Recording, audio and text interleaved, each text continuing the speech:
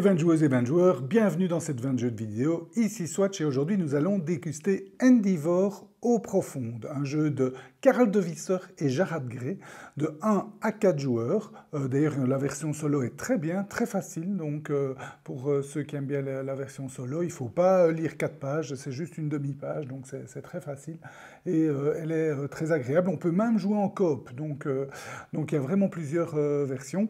La durée comptait quand même 2 bonnes heures pour jouer à Endeavour Eaux Profondes, qui est donc une refonte de Endeavour, un jeu vraiment excellent, Endeavour, et je peux d'ores et déjà vous dire qu'Endeavour Eaux Profondes est encore mieux. Donc on va commencer comme d'habitude par une overview des actions possibles et comment fonctionne le jeu, et puis je terminerai par mon avis sur cette petite merveille. Donc Endeavour Eaux Profondes, c'est un jeu dans lequel on joue en 6 manches, et chaque manche est divisée en étapes qu'on retrouve sur le plateau joueur. Ici, vous voyez le plateau joueur, et en fait les étapes sont indiquées ici et là en fait. Donc la première chose qu'on fait, c'est on va gagner un spécialiste.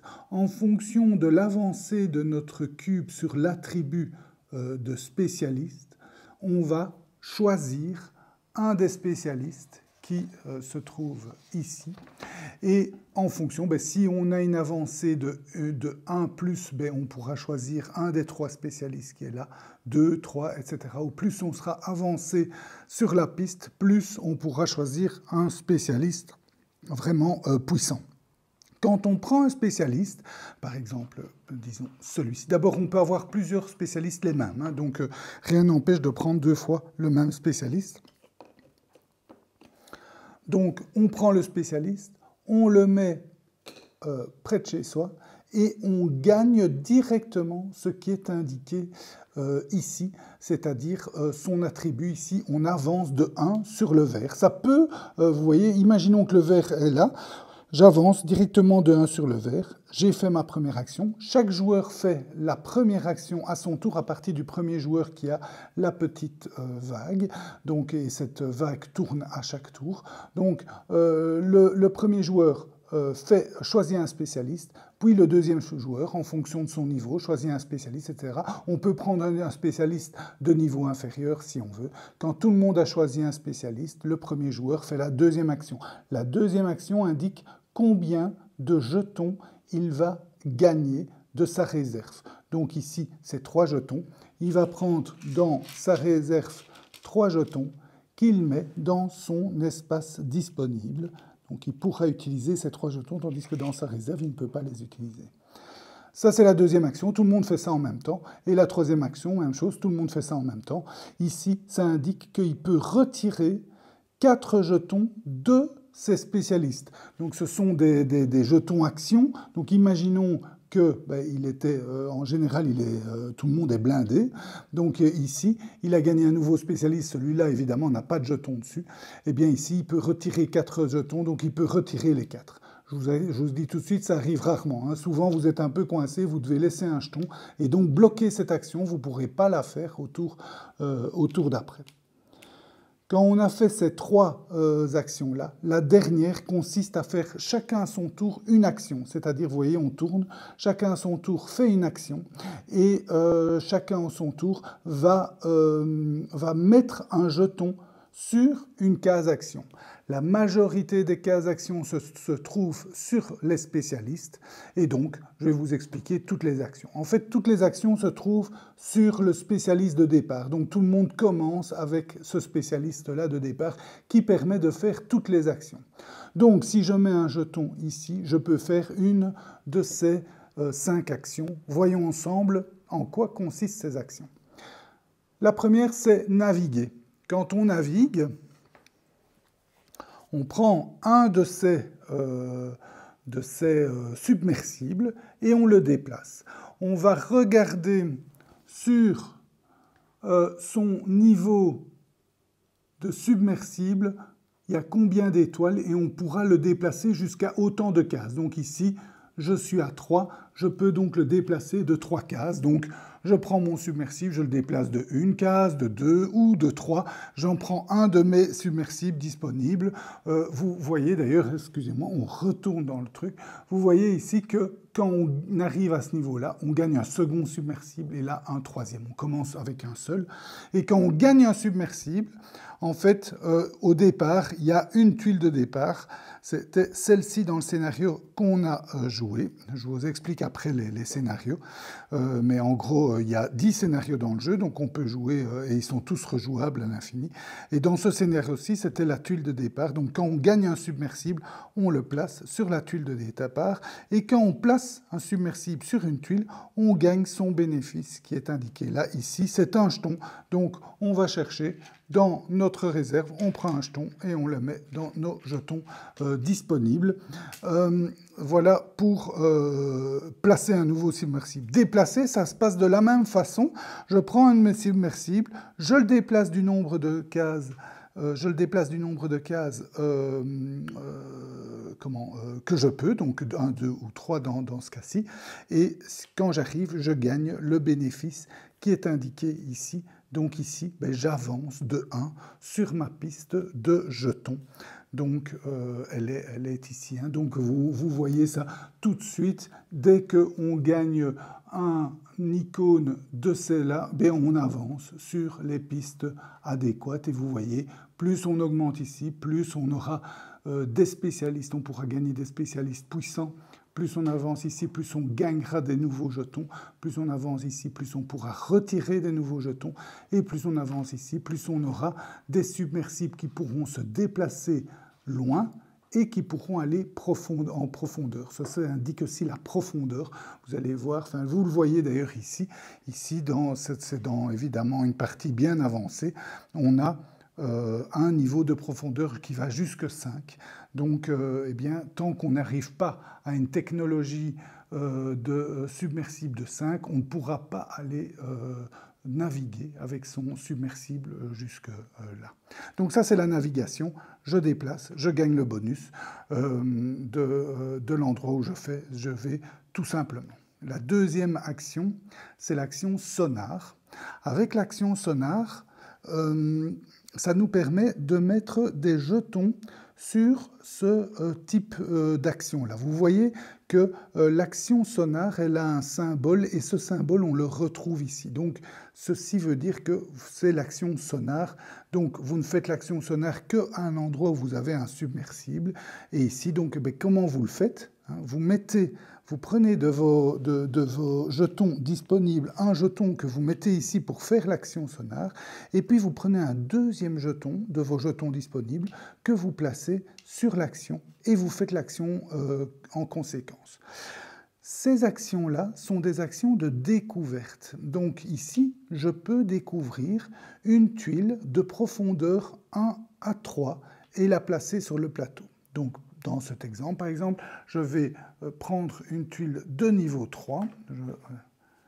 Voilà. Donc j'en prends 2, j'en pioche 2, je les retourne, je les regarde. Et qu'est-ce qui va me faire décider pour l'une ou pour l'autre? C'est principalement le bonus qu'elle gagne. Donc vous voyez ici, j'avance de 2 sur ma piste technologie de submersible, là aussi. Bon. Ici, on va placer des jetons découvertes. Donc je choisis une des deux. Ici, dans l'occurrence, il me donne tous les deux. Donc je vais peut-être prendre une parce que j'ai envie d'aller découvrir. Donc je mets ceci à un niveau 3. Donc 1, 2, 3. Et je mets directement, je vais chercher dans la réserve 4 jetons de découverte. Ça, c'est la deuxième action, l'action sonar. Je peux découvrir en fonction d'où je me mets. Là, ici, c'est 1 à 3. Là, vous voyez, c'est 3 ou plus. Peu importe mon niveau de technologie. Donc, si ma technologie en submersible n'est que de 2, je peux quand même découvrir un niveau 3 ou un niveau 4. La seule contrainte, c'est que je dois respecter la zone de jeu du scénario. Dans ce scénario-ci, l'étendue est de 5 maximum. Et on démarre avec ces 3-ci. Donc là, il y a un 4e. Le 5e, ça ne peut être qu'ici. Ça va jusqu'à 5 en profondeur, donc c'est la première contrainte, on doit respecter la zone de jeu. La deuxième contrainte, c'est qu'il doit toujours avoir une tuile au-dessus d'elle. Donc si par exemple je peux découvrir une tuile de niveau 4, de niveau 5 par contre, je ne peux pas la mettre ici, parce que j'ai un niveau vide au-dessus. Donc je devrais d'abord découvrir une tuile de niveau 4. Donc voilà, ça c'est pour l'action sonar. La prochaine action, c'est l'action découverte, je pense. Donc avec cette action-là, eh bien, si j'ai un jeton, un submersible sur un endroit où il y a un jeton, je peux le prendre. Je le retourne et je peux soit le gagner tout de suite, soit le mettre sur mon plateau personnel. Je peux en avoir qu'un, donc pour le garder pour plus tard. Qu'est-ce qui fait ces jetons? La majorité des jetons, d'ailleurs, vous allez voir, vous font gagner des points recherche. C'est sur cette piste-là, vous augmentez vos points recherche ou vous permettent de faire une action. Vous voyez, ça, ce sont des actions. Ça, c'est l'action quand je suis occupé de vous expliquer. Ça, c'est l'action se déplacer. Celle-ci, je dois encore vous expliquer. Et celle-là aussi. Voilà, ça, c'est la troisième action. Donc, l'action de découverte.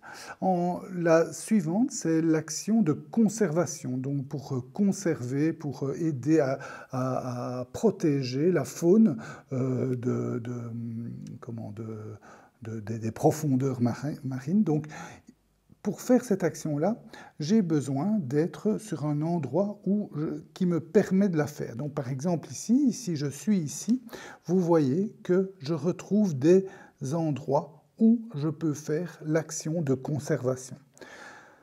Je dois payer les points en recherche, vous voyez là, 4 points de recherche, la 0, la 1, et je mets mon jeton, hein, donc imaginons, je mets mon jeton ici, je paye 1 point de recherche, je diminue de 1 sur ma recherche, et je gagne le bonus qui est là. Quand je fais une liaison, comme dans le jeu de base, sauf qu'ici, 2 joueurs différents peuvent faire une liaison, donc quand je fais une liaison, eh bien les 2 joueurs gagnent ce bonus-là, donc on augmente de 1 sur sa piste de spécialiste. Si c'est deux fois le même joueur, il gagne qu'une seule fois le bonus. Et puis on gagne le bonus aussi qui est là. Donc ici, c'est une étoile. Je vous explique tout de suite maintenant ce que c'est les étoiles. En fait, chaque partie a un scénario. Ici, vous voyez, on a fait le scénario, le premier scénario. Donc, il y a 10 scénarios dans le jeu, et tous les scénarios, comme je disais, sont rejouables, donc ça c'est super. Et qu'est-ce qu'indique un scénario? Bon, il indique des règles en mode coopératif ou solo, mais il indique aussi le départ, les tuiles de départ qu'on met, comment sera situé, donc les 5 tuiles en largeur. Il indique également les 3 objectifs de la partie. Donc ici, le joueur qui aura chaque action sonar rapportera 1 point de joueur à tous les joueurs, et celui qui aura fait cette action-là le plus souvent gagnera 5 points de victoire à la fin du jeu, et le second, 3 points de victoire. Même chose pour ces 2 actions-là que je vais encore vous expliquer, que je ne vous ai pas encore expliqué. Je suis occupé de vous expliquer celle-ci. Hein. Donc ça, c'est la même chose. Hein, une action de conservation. Chaque action de conservation, 1 point de victoire. Et celui qui aura fait le plus gagnera 7 points de victoire. Le deuxième, 4 points de victoire. Et la dernière, c'est la dernière action, je vais vous expliquer. Mais c'est le même principe. Donc ce sont des objectifs de partie. Il y en a 10 comme ça. Donc, 10 tuiles scénario. Et puis, il y a une sorte de cartes avec des bonus. Et donc, quand on gagne une étoile, on prend un jeton à nous et on continue. Donc, on doit le mettre adjacent à un jeton déjà présent, ou on doit le mettre sur une des endroits de départ où il y a une flèche. Et on gagne le bonus en dessous. Donc ici, on augmente sur la piste de jetons. Là aussi, on augmente sur la piste où on reprend les jetons. Là, sur la piste technologique. Là, on gagne un jeton directement. Là, on gagne un point de recherche. Et quand c'est entouré en jaune, c'est 1 point de victoire à la fin du jeu. Quand c'est entouré en orange, c'est 2 points de victoire à la fin du jeu. Donc voilà, ça c'est le principe. Et chaque scénario a sa propre carte avec ses bonus. Voilà pour la troisième action, donc c'est l'action de conservation où on place un jeton. Donc là, c'est la même chose que je vous expliquais pour l'action sonar. Pour l'action sonar, je mets un jeton ici pour faire mon action et je prends un jeton de ma réserve que je mets à l'endroit. Là, c'est la même chose pour l'action conservation. Je mets un, puis j'en mets un deuxième. Donc, avoir beaucoup de jetons est très important dans la partie. La dernière action, c'est aussi la même chose, c'est-à-dire que, imaginons que je suis ici, je mets un jeton pour faire cette action-là et je regarde une action avec cette action-là. Donc c'est une action revue. Et donc je mets un jeton ici, je gagne le bonus de liaison et je peux faire une action revue. Et en fait, je vais faire ici. Donc, chaque partie, il y a toujours 4 revues disponibles pendant la partie. Et donc, pour prendre une revue, ici, par exemple, j'ai mis, imaginons que je mets ici, sur celui-ci. Donc, je vais faire un autre exemple. Voilà. Imaginons que je mets sur celui-là. Ça veut dire que je peux prendre une revue qui montre ce type d'icône. Donc ici, j'ai une revue comme ça, et là aussi. Donc j'ai le choix entre ces deux revues.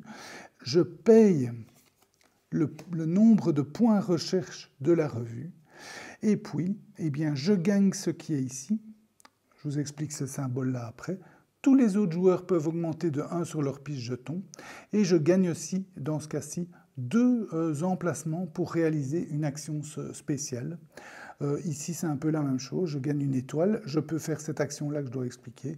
Là aussi, vous voyez, je gagne les 2 attributs. Je peux retourner un spécialiste et les autres joueurs là. Et là, je gagne 2 points de victoire. Donc ça, c'est... Mais je dois payer, évidemment, les points recherche. Ça m'a coûté un jeton que j'ai placé. Et puis, je prends la carte près de chez moi.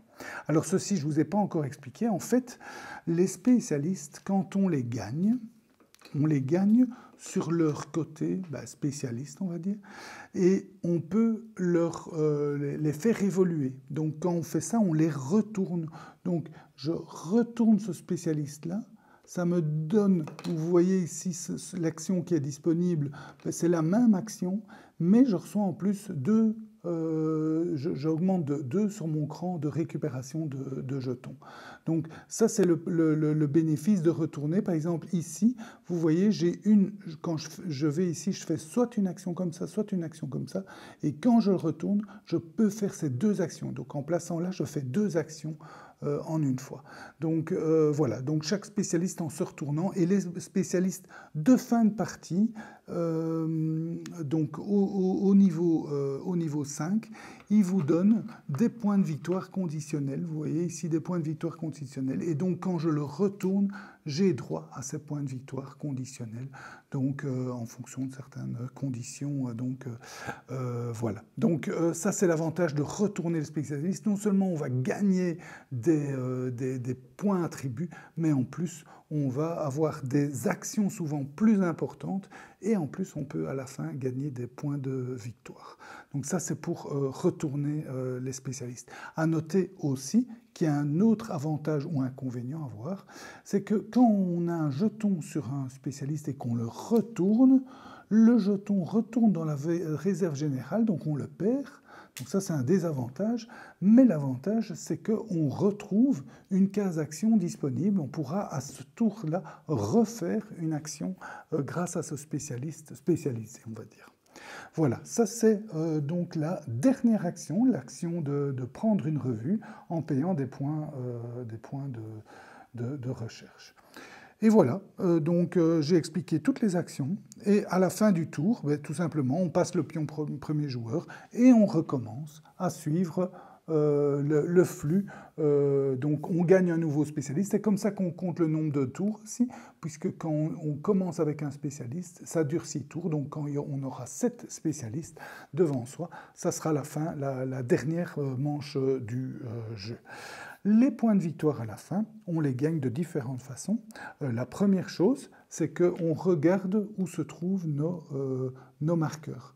Et en fonction, vous voyez, si notre marqueur est ici, on gagne 10 points, 7 points là, 6 points là, ou 4 points là, pardon, ou 2 points là. Donc en fonction, on regarde, on additionne les points de victoire pour les marqueurs. La deuxième chose, c'est qu'on va gagner des points de victoire par rapport aux cartes. Donc ces cartes-ci, les cartes revues, si voilà, on a des points de victoire grâce à ces cartes. On peut aussi gagner des points de victoire grâce aux objectifs, évidemment. Donc les objectifs, la réalisation des objectifs que je vous ai expliqué, et tous les jetons qui sont placés ici vous font gagner des points de victoire. Enfin, on peut gagner aussi des points de victoire grâce aux tuiles spécialistes qui ont, de niveau 5 qui ont été retournées. On va également gagner des petits points de victoire pour les ressources qui nous restent en les divisant par 3. Et voilà, vous connaissez tout de Endeavour, toutes les règles de Endeavour. Donc vous voyez, ça s'explique assez rapidement. Il faut compter plus ou moins 20 minutes pour bien expliquer le jeu. Donc c'est un jeu assez facile, pourtant très très profond.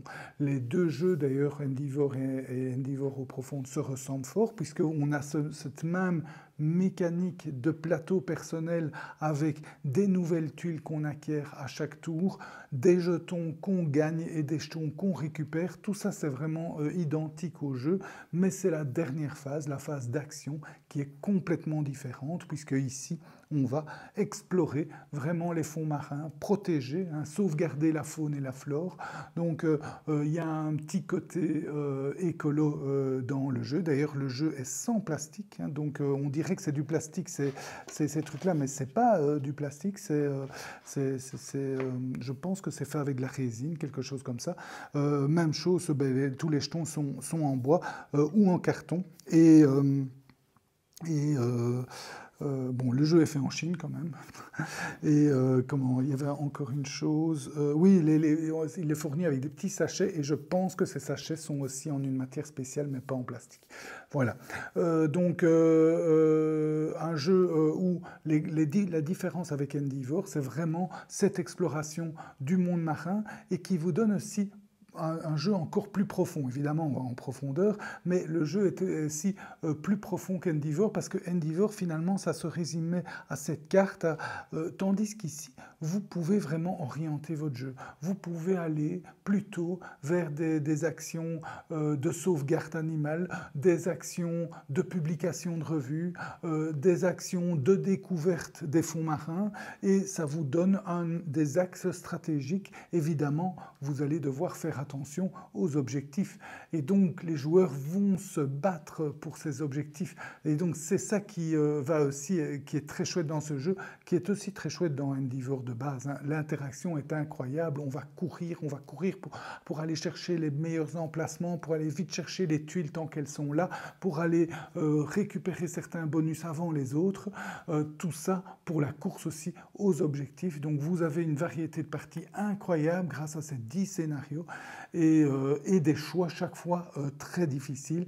Vous allez devoir décider, et c'est un peu sacrifié, à un moment donné, c'est dur. Je trouve d'ailleurs que le jeu est un peu plus dur que Endeavour. On rame pour récupérer ses jetons, on rame pour en avoir des nouveaux, on rame pour progresser.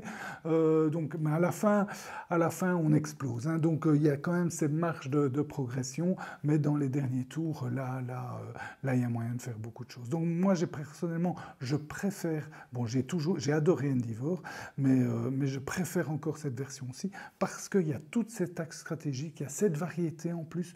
Évidemment, vous construisez aussi un plateau, donc vous n'avez pas toujours le même plateau, donc tout ça fait que le jeu est très très riche et très très gai. C'était la dégustation d'Endeavour eaux profondes. J'espère qu'elle vous a goûté, comme ça nous a goûté. Je vous souhaite de bien vous amuser. Santé et à bientôt.